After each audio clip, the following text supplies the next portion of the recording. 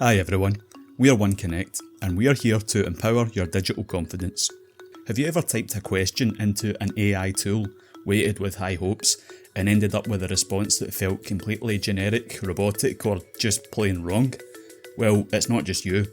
Most people treat AI like a search engine.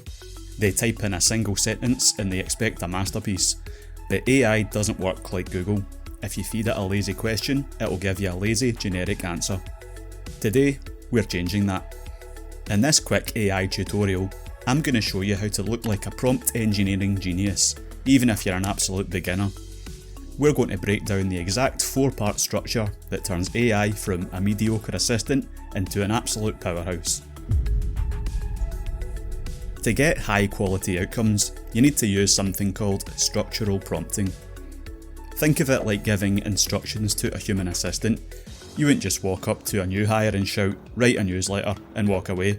You'd give them a role, some background, a specific task, and some boundaries. Let's break down the 4 elements you need to include in your prompts. The role. Who is the AI pretending to be? Tell it its job. Are they a world-class copywriter, a senior software engineer, or a ruthless editor? Giving it a role sets the tone and the expertise level. The context. What's the background story? Who's the audience? Why are you making this? The more background you give the AI, the less it has to guess. The task. What exactly do you want it to create? Be very specific. Don't just say, "Help me with an email." Say, "Write a 3-paragraph cold outreach email." Constraint. What are the boundaries? This is the secret sauce everyone forgets. Tell it what not to do. Specify the length, the tone, things to avoid, or the exact format that you want back, like a bulleted list or a table. If you want more personal help with this kind of thing, head over to the Connect website. Over there you can discover more expert tips and in-depth tutorials. Seeing is believing, so let's do a side-by-side comparison. Let's pretend we want to write a LinkedIn post to promote a new eco-friendly water bottle. On the left, we have the type of prompt 90% of people write. Let's look at what the AI spits out. It's okay, it's certainly better than an AI answer you'd get even a year ago, but it's still quite vague, quite generic, and honestly, nobody on LinkedIn is going to read that. Now, let's look on the right, and we're going to apply our 4-part framework. The role. Act as an expert B2B social manager who specialises in sustainable consumer goods. The context. We are launching Hydrogen, a premium reusable water bottle made from 100% recycled ocean plastic.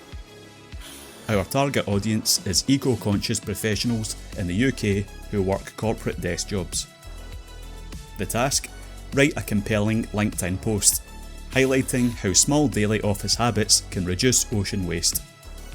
The constraint. Keep the tone professional yet conversational. Don't use generic corporate cliches or more than 3 emojis. Include a clear call to action at the end and format the core benefits as a bulleted list. Now look at the difference in the output on the right. It's sharp, it speaks directly to office professionals, the formatting is scannable, and it sounds more like a real person. Notice how we didn't use any complex coding or weird technical jargon. Prompt engineering isn't about knowing secret hack words, it's simply about clear communication. When you use structural prompting, you instantly bypass the generic surface level data the AI was trained on, forcing it to dig deeper into its vast knowledge base to give you hyper-tailored professional results.